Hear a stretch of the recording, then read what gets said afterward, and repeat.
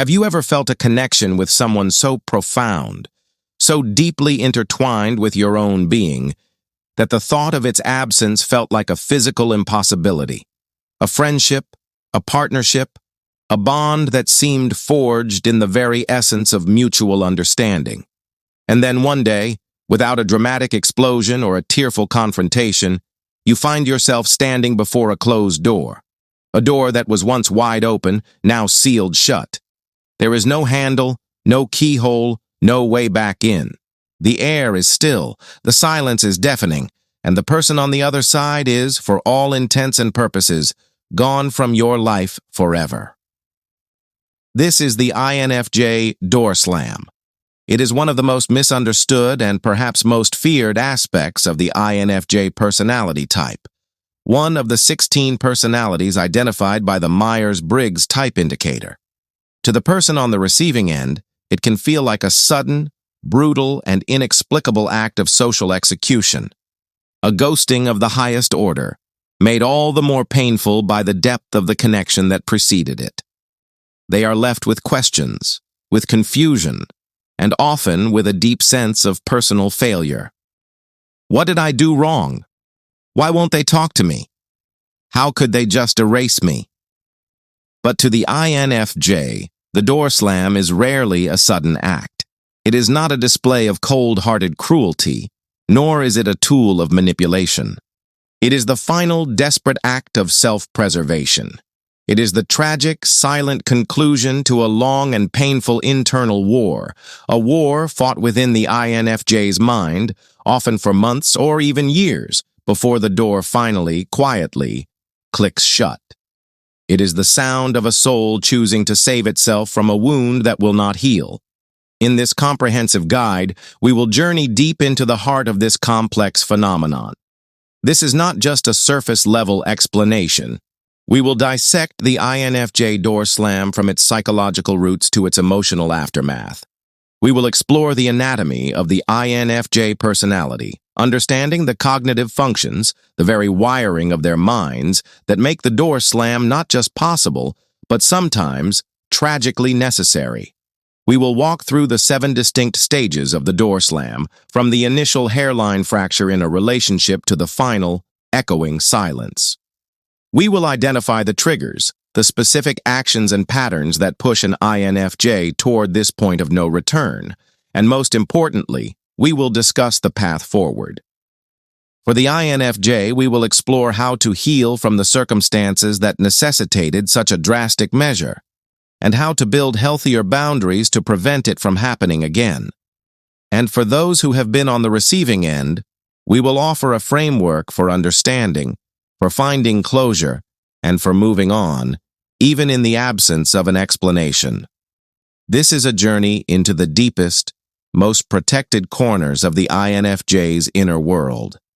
It is a story about empathy, betrayal, justice, and survival. So, take a deep breath. Whether you are an INFJ seeking to understand your own shadow or someone trying to make sense of a painful loss, you are in the right place. Let us, together, place a gentle hand on this imposing door, not to force it open, but to understand the immense weight behind it. Welcome to the complete guide to the INFJ door slam. Before we can understand the what, we must first understand the who. Who is the INFJ? What is the unique architecture of their personality that creates the blueprint for the door slam? The answer lies in what are known as cognitive functions. Think of these as the fundamental operating system of the mind. Every personality type has a stack of 4 primary functions, and the INFJ's specific combination is the key to unlocking this entire mystery. At the top of the stack, the dominant function, is introverted intuition, or NI for short. This is the INFJ's primary way of experiencing the world. NI is not about seeing what is, it's about seeing what could be. It is a future-oriented pattern recognition machine. An INFJ's mind is constantly, subconsciously absorbing data points, connecting disparate ideas, and weaving them into a complex tapestry of insight and prediction. They don't just see the chessboard, they see the next 10 moves, the opponent's likely strategy, and the ultimate checkmate. This is why INFJs often have gut feelings or hunches that turn out to be uncannily accurate. They are not psychic. Their minds have simply done the complex calculus in the background and delivered the result as a feeling of knowing. In the context of a relationship, Ni is constantly analyzing the underlying patterns. It sees the subtle inconsistencies between a person's words and their actions. It senses the trajectory of the relationship, predicting where the current path will inevitably lead. This function is the silent alarm system. Supporting this is the auxiliary function, extroverted feeling, or FE. This is the INFJ's primary way of interacting with the outer world.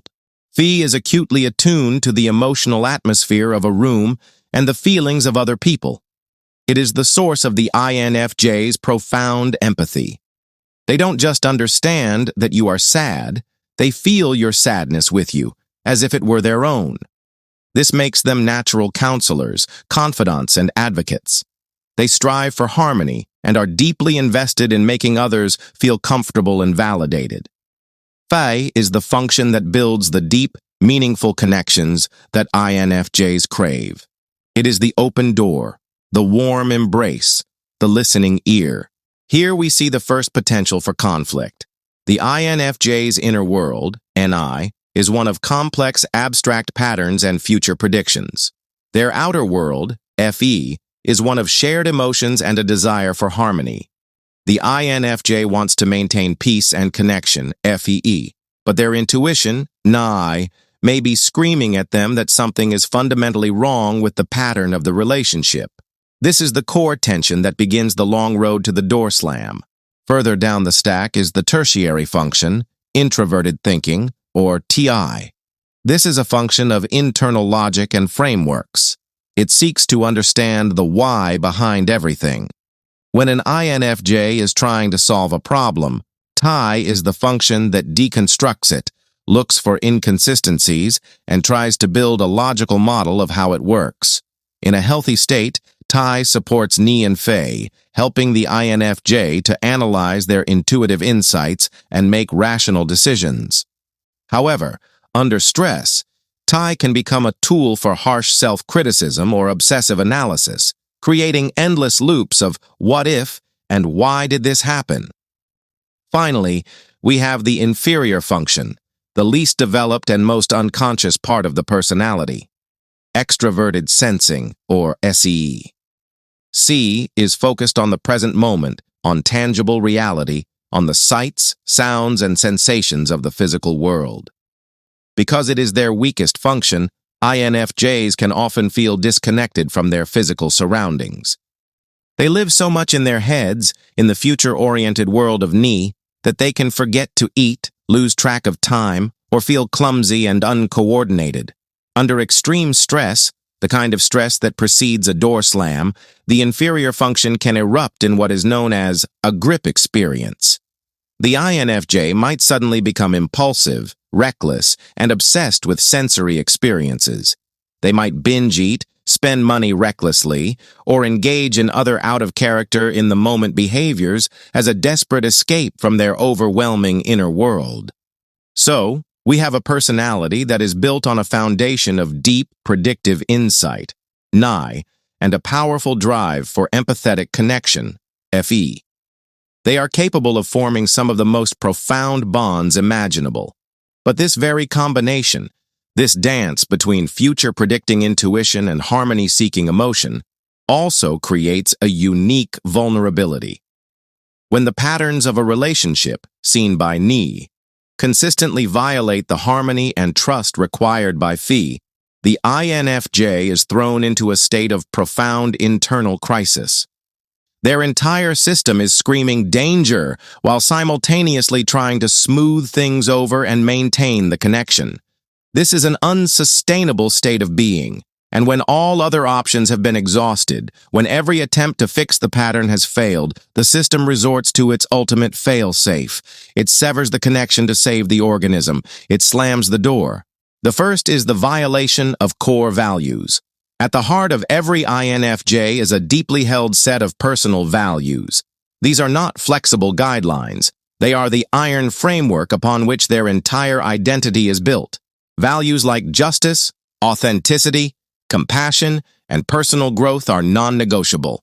When an INFJ lets you into their inner circle, they are operating under the assumption that you, at the very least, respect these values, even if you don't share them perfectly.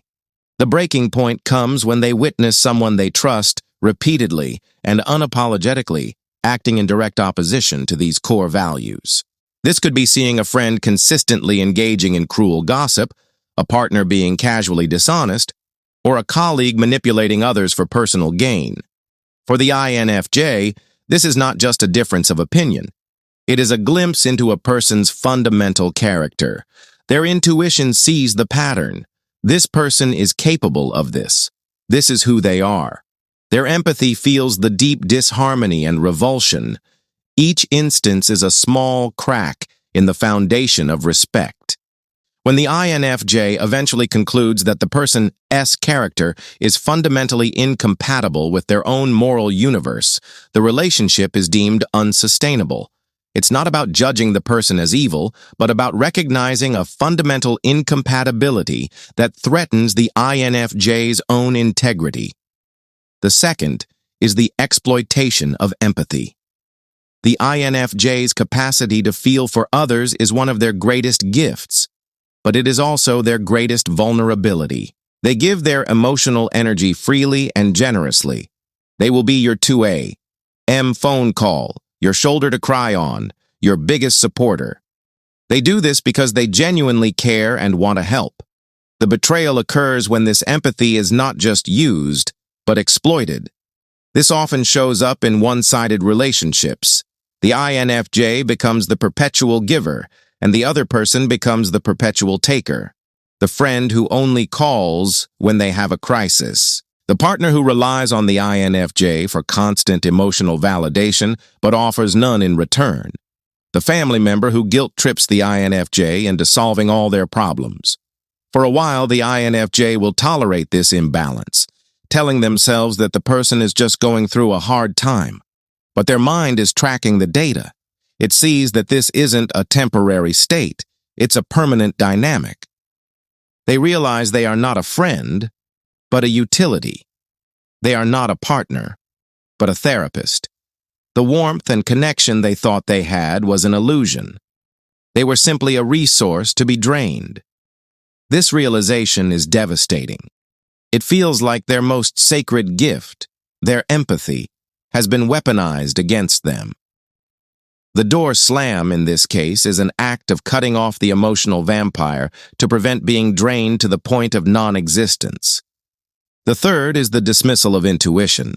Imagine having a superpower that you know is real, but everyone you tell about it dismisses you as paranoid or overly dramatic. This is a common experience for the INFJ regarding their intuitive insights.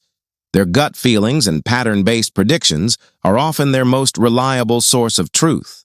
When they share a concern with a loved one, I have a bad feeling about this person, or I think this plan is going to fail.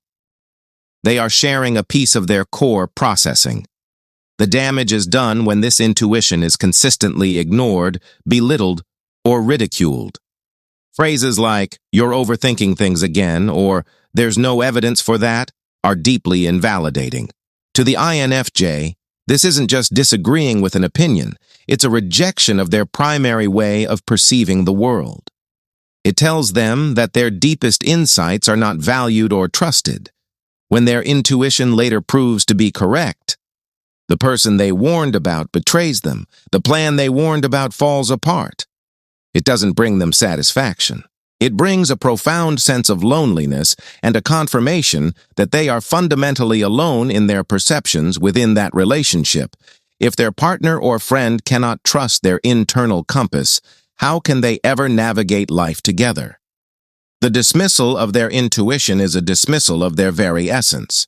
The fourth is inauthenticity and manipulation.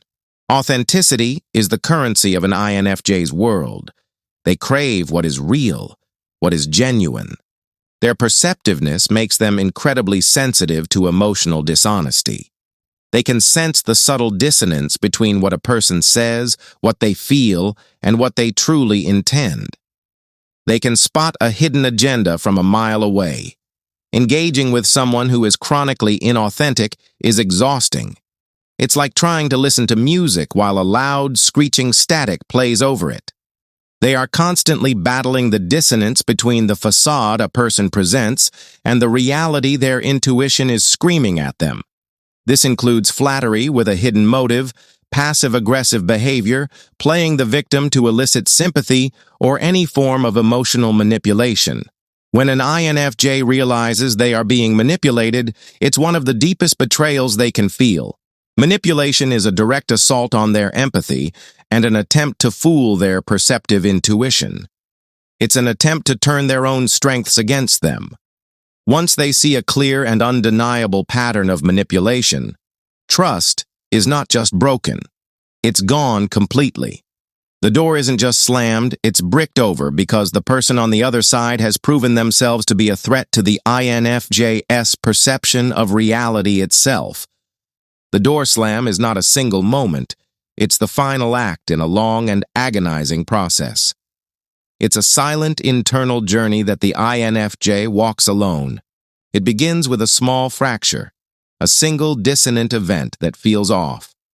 Their empathy smooths it over, but their intuition files it away. Then comes the pattern recognition phase, when the small cracks begin to connect into a bigger picture. Their unease grows, the alarm gets louder. Next comes the reconciliation attempt. This is where the INFJ pours themselves into saving the relationship, addressing the problem gently or trying to overwhelm it with extra kindness and support. It's their last, best effort to make things right. If these efforts are met with denial or dismissal, the disappointment cuts deep. This is when the INFJ begins to withdraw internally. They become quieter, more reserved, less emotionally available. The quiet quitting of the relationship. Outwardly, nothing explosive happens, but inside they are detaching. Then comes the point of no return, the final straw. Often it's something small, but it's the last piece of proof they need that the pattern is permanent. The decision becomes clear and calm. Finally, the door slams itself, swift, silent, absolute. No dramatic confrontation, no tearful goodbye, just the disappearance. From the outside, it looks sudden. From the inside, it's the end of a long, private war. And when it's over, the INFJ feels the strange mixture of relief and grief that only comes from protecting yourself at a cost. For the INFJ, the immediate aftermath of a door slam is a cocktail of relief and grief. Relief comes first. The constant anxiety, the emotional drain, the tension that had been simmering for months or even years. It's gone. The silence is soothing, like finally stepping out of a storm into a quiet room. Their inner world, which had been rattled and overstimulated, is finally still. They have reclaimed their space, their time, and their peace. But the relief is never pure. It's laced with grief. INFJs don't cut people off lightly. When they let someone in, it's because they saw something special, a potential for connection that mattered deeply to them. So when that connection is severed, they mourn it. They mourn the laughter, the intimacy, the shared moments that once felt unshakable. They mourn the version of the person they thought they knew, the potential that now will never be fulfilled. And there's another layer. Self-doubt. Even when they know the door slam was necessary, INFJs often turn their piercing introspection on themselves. Why did I let it get this bad? Why didn't I set boundaries sooner? Could I have done more? Am I cold for walking away? This self-questioning can spiral, feeding a quiet ache that lingers long after the other person is gone. Still, in the deepest part of them, they know it was survival. The door slam is never about punishing someone else. It asks about saving themselves from a slow erosion of their emotional core. It's an act of self-respect, but one that comes with a heavy price. The healing that follows isn't quick. For a while, they may avoid forming deep connections altogether, afraid of repeating the same pattern. They may retreat into solitude, their energy focused on recharging and repairing the cracks inside themselves. They think back to moments they ignored, the subtle red flags they painted over because they wanted the connection to work. In time, they begin to see the deeper lesson, that their empathy, as powerful as it is, has limits, that their intuition is not to be brushed aside. That saying no early can save them from saying goodbye in this final, irreversible way. They start to build boundaries not as walls, but as gates. Gates they can open for those who earn trust, and close quickly when harm begins to creep in. They learn the value of speaking up when something feels off, rather than waiting until the cracks become canyons. They learn that they can protect their light without extinguishing it. And maybe, just maybe, they begin to trust themselves enough to believe that the next time they want to have to slam the door at all, because they'll never let the wrong person get that far inside in the first place. For the person on the receiving end, the experience of an INFJ door slam can be bewildering and disorienting. It often comes without any visible warning. One day, they feel connected. The next, they are staring at silence. They scroll back through old messages, searching for clues. Was it something I said? Was it something I didn't do? They replay recent conversations in their head, trying to spot the moment things started to unravel. But the truth is, the unraveling happened quietly and far earlier than they ever realized. Confusion is the first wave. It's quickly followed by disbelief. They think, this can't be real. They'll come around. But when messages go unanswered and calls ring out with no reply, disbelief begins to turn into anger. They may feel wronged, abandoned, or even betrayed themselves. After all, from their perspective, the INFJ walked away without offering a clear explanation or giving them a chance to make things right. Anger can harden into resentment. Thoughts like, how could they do this after everything we've been through? Take root. In some cases, they may reach out through mutual friends, try to engineer a chance encounter, or even confront the INFJ directly in hopes of forcing a conversation. But the INFJ's silence is unwavering, not out of cruelty, but out of necessity. If every attempt to reconnect fails, the person shut out is left with a void. And human nature abhors a void. The mind rushes to fill it, often with the harshest possible assumptions. Maybe I'm unlovable. Maybe I'm toxic. Maybe they never really cared in the first place. These thoughts can sting deeply, even if they don't reflect the full truth. The hard reality is that closure may never come from the INFJ. They have already fought and lost the internal battle over whether the relationship could be saved. In their mind, the choice to close the door wasn't a tea made lightly. It was the result of 1,000 small moments that proved over time that staying would cost too much. For the one outside the door, the only real way forward begins with acceptance. Accepting that the connection is over. Accepting that an explanation might never come. Fighting against that truth only prolongs the hurt. Once acceptance starts to take root, the next step is self-reflection. Honest, but without self-cruelty. They can ask themselves, did I listen when they spoke? Did I take more than I gave? Did I dismiss their concerns because I didn't understand them? Was the relationship balanced? These questions aren't about carrying all the blame, but about finding the lessons that can prevent history from repeating itself. If approached with openness, this reflection can be transformative. Even if reconciliation with the INFJ never happens, the person can carry what they've learned into future connections, becoming more mindful, more responsive, and more aware of the subtle signs that someone they care about is struggling in silence. The INFJ door slam is painful on both sides, but it holds potential. The potential for both people to walk away wiser. For the INFJ, the growth lies in learning to set smaller, earlier boundaries so the door never has to slam shut. For the other person, the growth lies in listening more deeply, respecting more fully, and never taking emotional generosity for granted.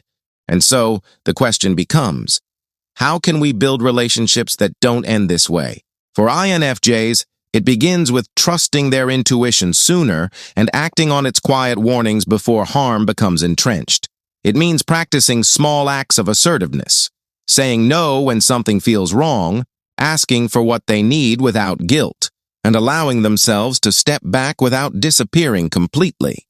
The goal is to create what could be called a screen door, something that lets in light and fresh air but keeps out harm, instead of a heavy, impenetrable barrier that shuts everything out. For those who love an INFJ, the work begins with truly listening. When they share a gut feeling, resist the urge to dismiss it. When they bring up a concern, take it seriously, even if it doesn't make perfect sense to you. Understand that their perception is not a hunch pulled from thin air. It is the product of deep pattern recognition. Treat their trust as a privilege, because it is. And for those who have been door slammed, the path forward isn't easy, but it's possible. It involves grieving the loss, not rushing to fill the space it leaves behind, and taking the time to grow into someone who will be more attentive, more balanced, and more present in future relationships. It's not about changing to win someone back. It's about becoming a better version of yourself for your own sake. The INFJ door slam reminds us that even the most compassionate hearts have limits, that empathy without boundaries will eventually burn itself out, and that the deepest connections require not just love, but mutual respect, effort, and understanding. In the end, the door slam is not about erasing someone from your life. It's about preserving what is left of yourself when the cost of staying becomes too high. It's a painful truth, but also a liberating one. And if we can take its lessons to heart, maybe more of our doors can remain open. Not because we've ignored the warning signs, but because we've learned how to protect our peace without shutting the world out entirely. If this resonates with you, share your story. Whether you've been the one to close the door or the one left outside, your experience can help others understand the quiet complexities of this choice. And perhaps, through sharing, we can all get a little closer to building the kind of connections that endure, not because they re-perfect, but because they're cared for before it's too late.